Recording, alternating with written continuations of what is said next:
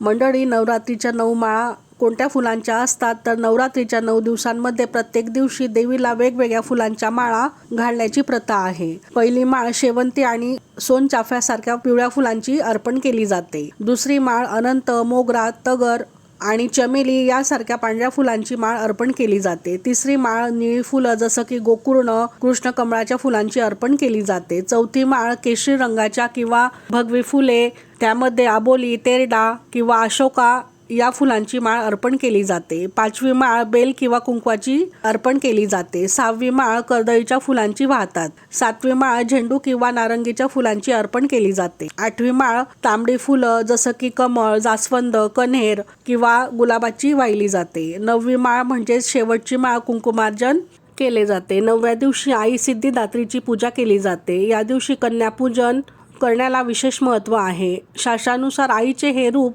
सिद्धी प्रदान करणारे मानले जाते. या दिवशी आई जगदंबेच्या पूजेसाठी जांभळ्या आणि गुलाबी रंगाचे कपडे परिधान केले जातात. या दिवशी आईला जास्वंदीची फुलं अर्पण केली जातात. श्री स्वामी समर्थ.